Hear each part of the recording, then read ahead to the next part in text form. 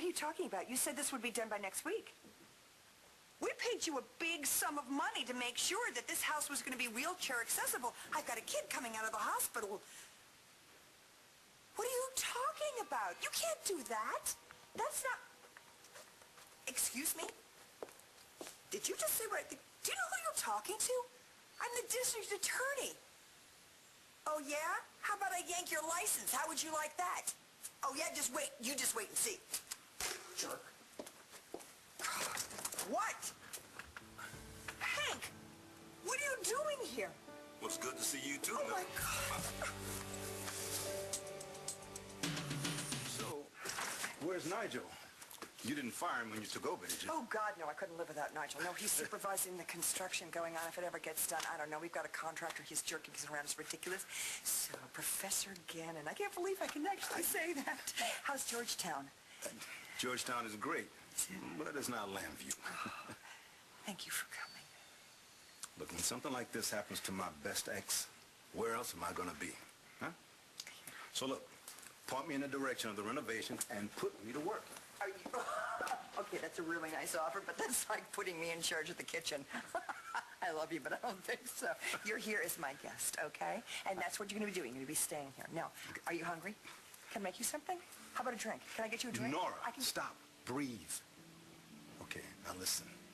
I came here not as a guest, but to lend a hand. And from what I can see, you need it. So there's no chance of Matthew regaining the use of his legs?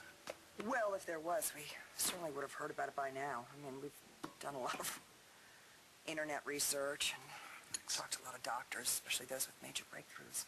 And nobody's offering any kind of hope? Well, his spinal cord isn't severed, so that's hopeful. But the longer this goes on, that's not so hopeful.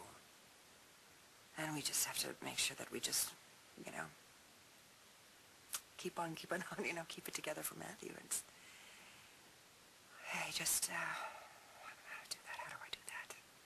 The same way you did for Rachel's addiction, I guess. Rachel's addiction was different, you know, because it's, just take away the drugs, you lock her in rehab, and she's bound to get better. This is different. You can't turn to Matthew and say, come on, turn that frown upside down, you know? Keep on fighting, kiddo. Everything's going to get better, and then expect it to get better. It just doesn't work that way. And there's just not a damn thing I can do.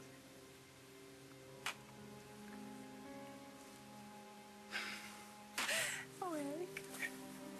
Oh, I wanted to throw the book at that kid, you know, the one that caused the accident. 18 years old, and I wanted to put him in prison. Well, he is responsible for what happened to Matthew, isn't he? Oh, yeah, and I wanted to make him pay. So why didn't you? I'm his guardian. And even though his mother came back, it was still kind of on my watch. And he lived here. Matthew loves him like a brother and begged me to be easy on him. And I certainly didn't want to do that. I really didn't. Then we got to the arraignment, and I turned around, and I saw him sitting there. And all I could do was think of Rachel. When Rachel was using drugs, remember that? She could have killed somebody. Do you know how lucky we were? Yeah, we were. And in the court that day, I just kept thinking, God, putting Rachel in Cole's place, and I kept thinking of us and me in the back of the courtroom, praying that someone would help her, not destroy her. So I sent him to rehab instead of prison. Well, you did the right thing, Nora. Yeah, well, punishing Cole wasn't going to make Matthew better. I just wish I knew what would. Hank the Cannon Gannon. Hey. Oh, man. Hey, man. Is it good to see you? Clint.